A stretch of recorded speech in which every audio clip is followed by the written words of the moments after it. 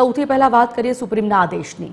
Supreme કોર્ટે દેશભરમાં શૈક્ષણિક સંસ્થાઓ, હોસ્પિટલો અને હાઈવે અને રસ્તાઓ સહિત સંસ્થાકીય સ્થળોએ રખડતા શ્વાન કરડવાના કેસોમાં થઈ રહેલા વધારાની ગંભીર નોંધ લીધી। રખડતા પ્રાણીઓને લઈને સુપ્રીમ કોર્ટે આદેશ જાહેર કર્યો છે। કોર્ટે હાઈવે અને એક્સપ્રેસ વે પર તેના પ્રવેશ પર પ્રતિબંધ લગાવ્યો। કોર્ટે અધિકારીઓને એવા હાઈવેના વિસ્તારોને ઓળખવા માટે એક ખાસ ઝુંબેશ ચલાવવાનો નિર્દેશ આપ્યો। સાથે કોર્ટે તેને તત્કાલ હટાવવાનો પણ નિર્દેશ આપ્યો। જસ્ટિસ વિક્રમનાથ, જસ્ટિસ સંદીપ મહેતા અને જસ્ટિસ એન.વી. અંજારિયાની બેન્ચે આ આદેશ આપ્યો છે। બેન્ચે તમામ સંબંધિત અધિકારીઓને આદેશ આપ્યો છે કે તે સરકારી અને ખાનગી શૈક્ષણિક સંસ્થાઓ તેમજ હોસ્પિટલોના પરિસરમાં રખડતા ઢોરોને પ્રવેશતા અટકાવવા માટે તાત્કાલિક પગલાં લે, જેથી શ્વાનના હુમલા અટકાવી શકાય।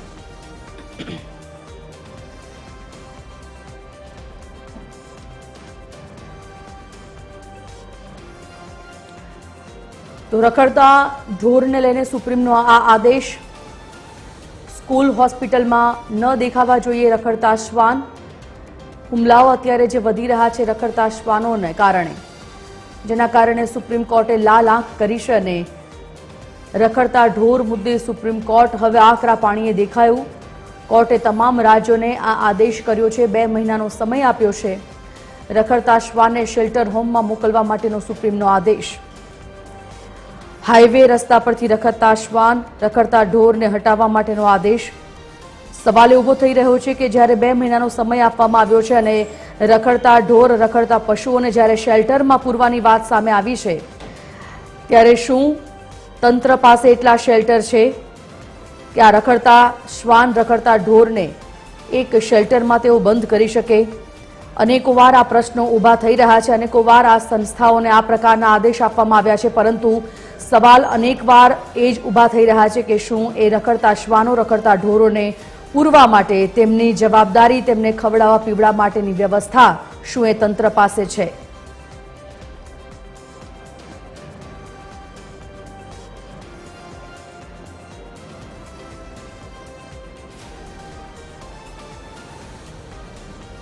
સુરતથી સંવાદદાતા દિવ્યેશ પરમાર, વડોદરાથી એસોસિએટ એડિટર અમિત ઠાકોર, રાજકોટથી રવિ મોટવાણી સંવાદદાતા અને અમદાવાદથી મોનિકા રાજપૂત જોડાઈ ગયા છે। ચારેય અમારા સહયોગી જેમની પાસેથી અલગ અલગ શહેરમાં તંત્ર કેવા પ્રકારની હવે કામગીરી કરશે, સુપ્રીમના આ આદેશને એ શહેરીવાસીઓ કઈ રીતે જોઈ રહ્યા છે, વિગતે જાણીએ। શરૂઆત આપનાથી કરીએ છીએ મોનિકા।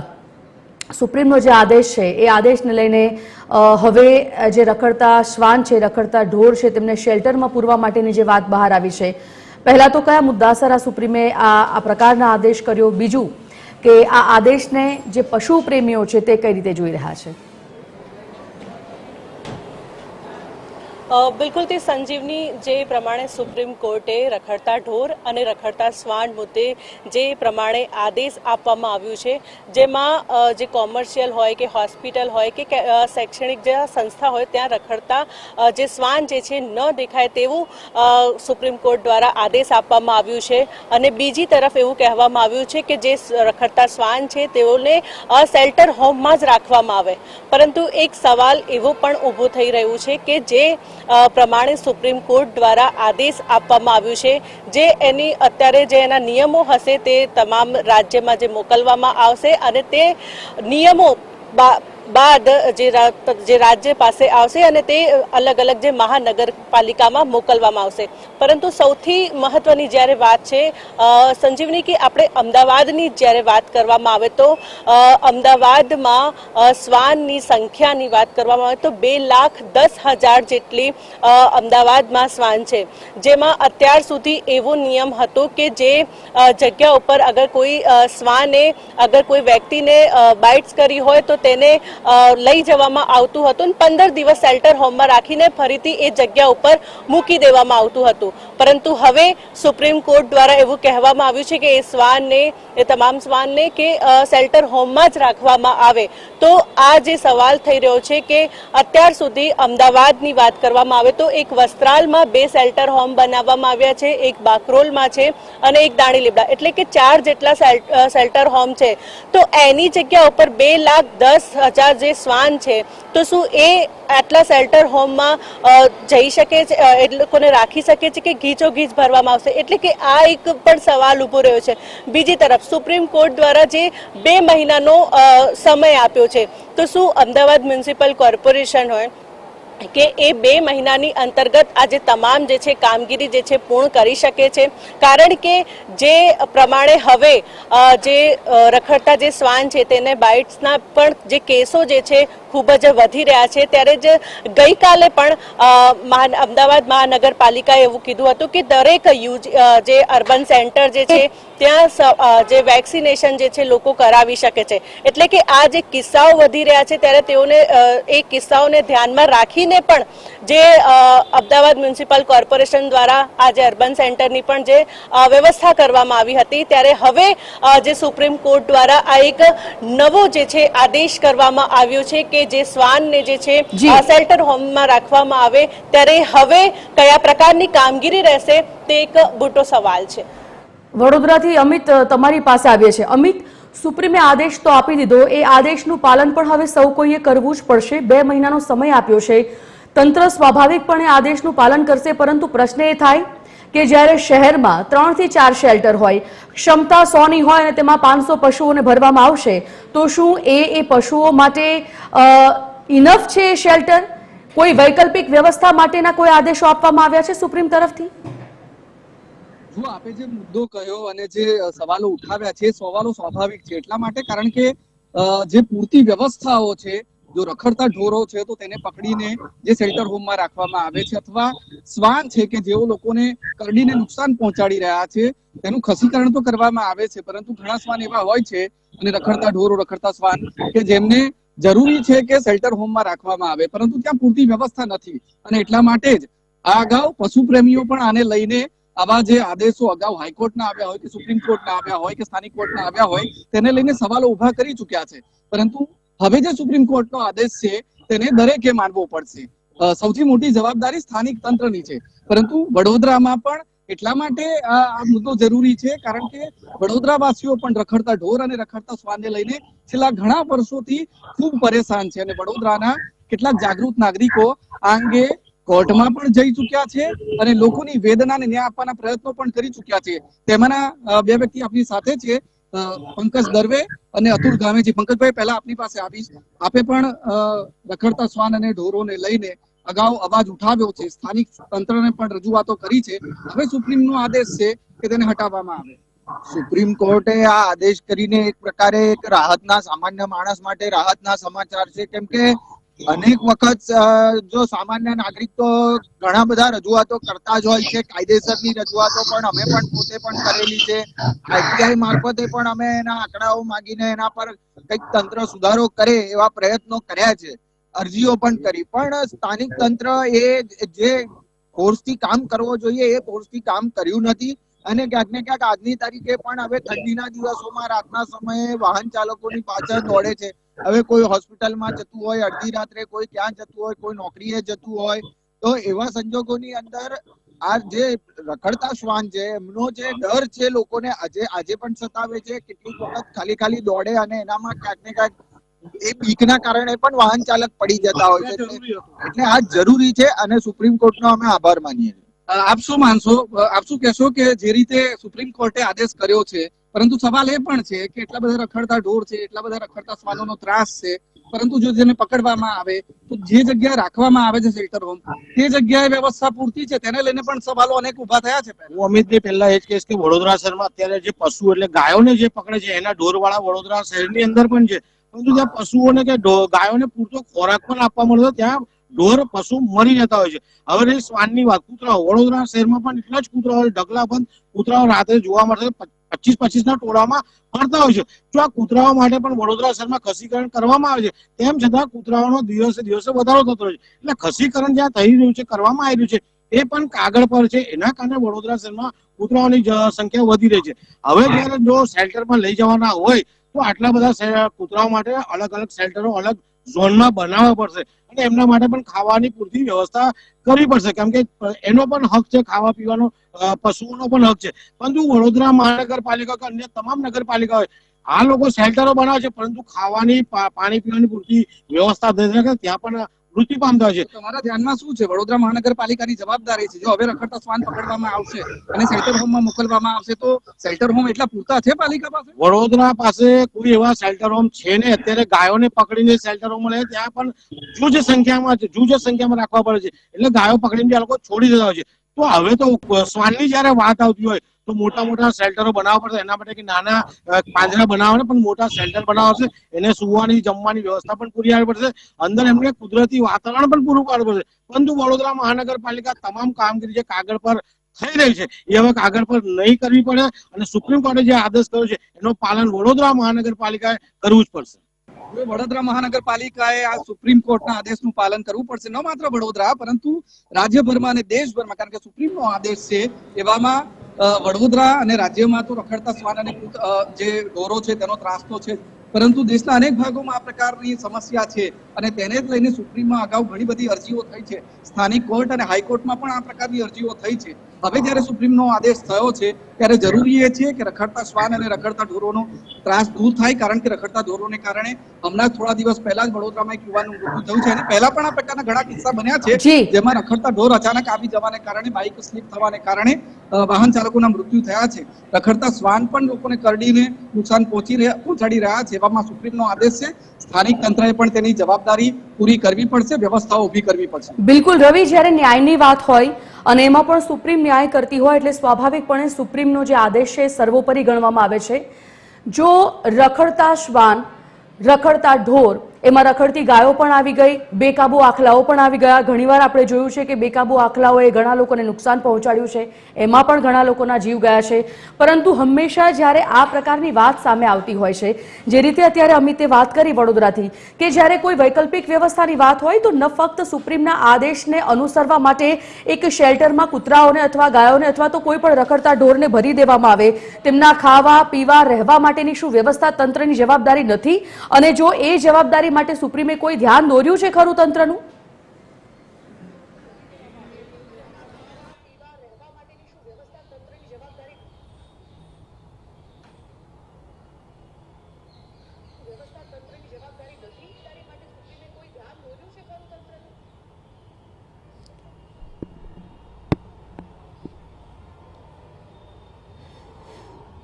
જી જરૂરથી જણાવી દઉં. વાત કરીએ રાજકોટની તો રાજકોટ મહાનગરપાલિકા દ્વારા માધાપર ચોકડી ખાતે એક શેલ્ટર હોમ બનાવેલું આવેલું છે, જ્યાં રખડતા કૂતરાઓની જ્યારે ફરિયાદ આવે ત્યારે તેને ત્યાંથી પકડી અને તે શેલ્ટર હોમમાં રાખવામાં આવતો હોય છે. ત્યારે 7 થી 15 દિવસ બાદ તેને ફરી જે તે સ્થળે ફરી મૂકવામાં આવતા હોય છે.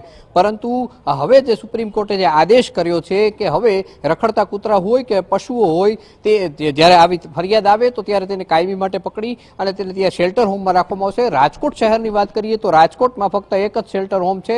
ત્યારે રાજકોટમાં આ જે રખડતા કૂતરાઓની સંખ્યા છે જે હજારોમાં છે, તો તેને એક શેલ્ટર હોમમાં રાખવા શક્ય નથી. સાથે સાથે વાત કરવામાં આવે તેની વ્યવસ્થાની, તો તેને જ્યારે શેલ્ટર હોમમાં રાખવામાં આવે તો તેની ખાવા પીવાની વ્યવસ્થા પણ તંત્ર દ્વારા કરવી તે જરૂરી છે. સાથે સાથે વાત કરવામાં આવે રખડતા ઢોરની, પશુઓની, તો હાઈવે ઉપર આ પશુઓની જે ઢોર અને ત્રાસની સંખ્યા છે વધુ હોય છે, ત્યાં વાહનોના અકસ્માત વધુ થતા હોય છે અને ત્યારે બે આખલાઓ બાજતા હોય ત્યારે લોકોને પરેશાની સામનો કરવો પડતો હોય છે. રખડતા ઢોરોને ની પણ યોગ્ય વ્યવસ્થા થવી જોઈએ તે વાત નકારી શકાય નહીં. આપણી સાથે સામાજિક યુવા આગેવાન છે કેયુરભાઈ, તેમની સાથે જ વાત કરવાનો પ્રયાસ કરીશું. કેયુરભાઈ, વાત કરીએ જે રીતના રખડતા ઢોર હોય કે કૂતરા હોય તેને લઈને જે સુપ્રીમ કોર્ટે આદેશ કર્યો છે, આપ કઈ રીતના જુઓ છો?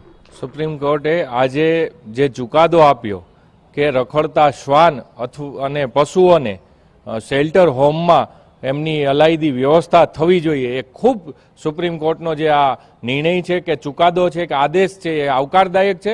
એટલા માટે કે શ્વાન કે રખડતા પશુઓ જ્યારે બે આખલાઓ બાંધતા હોય કે શ્વાન અચાનક હાઈવે ઉપર આપણા વાહનની વચ્ચે આવે ત્યારે અકસ્માત થાય છે, ત્યારે શ્વાનનો પણ જીવ જતો હોય છે અને મનુષ્યના જીવને પણ જોખમ હોય છે અથવા મનુષ્યના પણ જીવ જતા હોય છે. ત્યારે આ નિર્ણય ખૂબ આવકારદાયક છે અને સ્થાનિક તંત્ર અને સ્થાનિક પ્રશાસન આ શેલ્ટર હોમ માધાપર ચોકડીએ રાજકોટમાં છે તે કાર્યરત છે. અને જે સુપ્રીમ કોર્ટે ખાસ જે ચુકાદામાં વાત કરી છે કે શેલ્ટર હોમની અંદર પહેલા પકડી અને 7 દિવસની અંદર શ્વાનને કે રખડતા પશુઓને પાછા જ્યાંથી ઉપાડ્યા હોય ત્યાં જ છોડી દેવામાં આવતા, એની બદલે હવે શ્વાનોને ત્યાં જ રાખવા એ નિર્ણય ખૂબ આવકારદાયક છે. સાથે સાથે વાત કરીએ રાખી શકી, પણ અત્યારે રાજકોટ જેવડું મોટું વિસ્તાર છે એમાં એક શેલ્ટર હોમ શક્ય થઈ શકે કામમાં? તમારે શું માનો છો? અત્યારે પ્રાથમિકતાના ધોરણે એક શેલ્ટર હોમ છે. આવનારા દિવસોમાં જો અનિવાર્યતા થઈ, જરૂરિયાત થઈ, ત્યારે સામાજિક સંસ્થા પણ આ તંત્રની સાથે જોડાય અને શેલ્ટર હોમનું ક્યાંય ને ક્યાંય નવી વ્યવસ્થાઓ, નવા પ્રકલ્પો ઊભા કરવાનું તંત્ર કરશે તેવો આપણને વિશ્વાસ છે. ફક્ત 2 મહિનાનો ટાઈમ આપ્યો, એટલામાં થઈ જશે તમારી દ્રષ્ટિએ? સરકાર ધારે અને તંત્ર ધારે ત્યારે 2 મહિનામાં શું 48 કલાકમાં પણ આ થઈ શકે. અને ગુજરાતમાં ભારતીય જનતા પાર્ટીની સરકાર કોઈ પણ કાર્યો હોય, કોઈ પણ પ્રકલ્પો હોય કરવા માટે ખૂબ કટિબદ્ધ છે. આપના તરફ આવવા માંગીશ દિવ્યેશ, જે પ્રકારે અત્યારે સુપ્રીમનો આદેશ છે, સ્વાભાવિકપણે અલગ અલગ શહેરોમાં, ખાસ કરીને મહાનગરોની જો વાત કરવામાં આવે તો મહાનગરોમાં જ જોઈએ એટલા શેલ્ટર નથી, આશ્રય સ્થળ નથી, અને નાના ટાઉનની તો આપણે અત્યારે વાત જ નથી કરી રહ્યા. જો મહાનગરોની આ દશા છે તો નાના ટાઉનમાં એક તો ક્યાં આ શેલ્ટર હોમ બનશે, ક્યાં આ રખડતા ઢોરને શ્વાનને રાખશે? 2 મહિનાનો સમય તો આપી દેવામાં આવ્યો છે, પરંતુ જ્યારે સરકારી તંત્રની વાત હોય અથવા તો પછી કોઈ પણ સરકારી કામની વાત હોય તો એ 2 મહિનાનો સમય કેટલો સમય લાગે છે એ અલગ મુદ્દો છે. પણ સૌથી પહેલા તો એ જાણવા માંગીશું કે સુરતમાં સુપ્રીમના આદેશના કેવા પડઘા પડ્યા છે? બિલકુલ દી, વાત કરું તો જે પ્રકારે સંજીવની, સુરત શહેરમાં અગાઉ પણ જે પ્રકારે રસીકરણ અને ખસીકરણની વાત ચાલતી હોય છે, અનેકો કિસ્સા બની ગયા છે સુરતમાં કે જ્યાં શ્વાનોના કારણે લોકોના મોત થયા છે. તે પ્રકારની ઘટનાઓ પણ બનતી રહેતી હોય છે. ત્યારે જે પ્રકારે સુપ્રીમ કોર્ટે આદેશ કર્યો છે કે 2 મહિનાની અંદર એવી તમામ જે સરકારી શાળા, કમ્પાઉન્ડ સહિતની જે વસ્તુઓ હોય જેમની ઓળખ કરવામાં આવે કે જ્યાં રખડતા શ્વાનો છે તે હોય અને તેમની આ ઓળખ કર્યા બાદ તેમના પર કાર્યવાહી કરવામાં આવે અને રખડતા શ્વાનો છે તેમને શેલ્ટર હોમમાં મૂકવાની કામગીરી છે તે કરવામાં આવે. ખાસ કરીને રખડતા ઢોર અને રખડતા શ્વાનની આ કામગીરી માટે થઈને 2 મહિના તો ફાળવાયા છે, પરંતુ સુરત મહાનગરપાલિકા પાસે એટલા શેલ્ટર હોમ પણ પર્યાપ્ત નથી જેમને આ રખડતા શ્વાન એક સર્વે મુજબ 2023માં જે પ્રકારે સર્વે કરવામાં આવ્યો હતો તે મુજબ 80,000 જેટલા રખડતા શ્વાનો છે તે સુરત શહેરની અંદર જોવા મળી રહ્યા છે. તેમાંથી 30,000નું ખસીકરણ કરવામાં આવ્યું હતું, પરંતુ હજુ પણ બાકીના જે 50,000 શ્વાનો છે તે શ્વાનો જેમ તેમ ગલીઓ અને ખાચા ખૂચીમાં રખડી રહ્યા છે. ખાસ કરીને સરકારી જમીનો હોય, બસ સ્ટેન્ડ હોય સહિતના જે ખુલ્લા ગ્રાઉન્ડ હોય તે ગ્રાઉન્ડોની અંદર રખડતા શ્વાનો અને રખડતા ઢોરોનો અડીંગો જોવા મળતો હોય છે. ત્યારે ગત રોજ જ એક વ્યક્તિની પાછળ રખડતા શ્વાનો પડ્યા હતા અને તેમનું નીચે પડી જવાથી બેન હેમરેજ થયું અને તેમનું મોત થયું છે. ત્યારે સુરત મહાનગરપાલિકા જે છે તે વખત શ્વાનોના રસીકરણ અને ખસીકરણની વાતો કરતી હોય છે, પરંતુ અનેક વખત આ વાતો થયા બાદ પણ માત્ર ને માત્ર આ વાતો કાગળ પર હોય તેવું સામે આવતું હોય છે.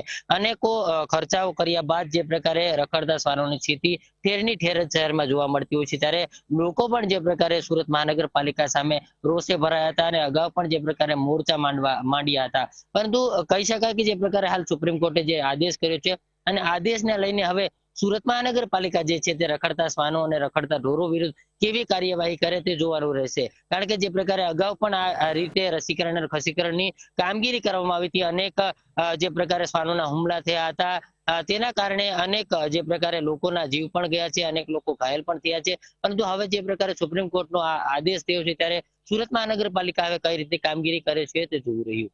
જી ધન્યવાદ તમામનું જાણકારી બદલ. તો જે પ્રકારે સુપ્રીમ કોર્ટનો આદેશ છે, સ્વાભાવિકપણે હજારો લાખોની સંખ્યામાં રખડતા ઢોર હોય છે અને આંગળીના વેઢે ગણાય એવું મહાનગરપાલિકામાં શેલ્ટર હોમ અને આશ્રય સ્થળ. ત્યારે સુપ્રીમના આદેશ પર તંત્ર કઈ પ્રકારે પાલન કરાવે છે તે જોવું ખૂબ રસપ્રદ બની રહેશે.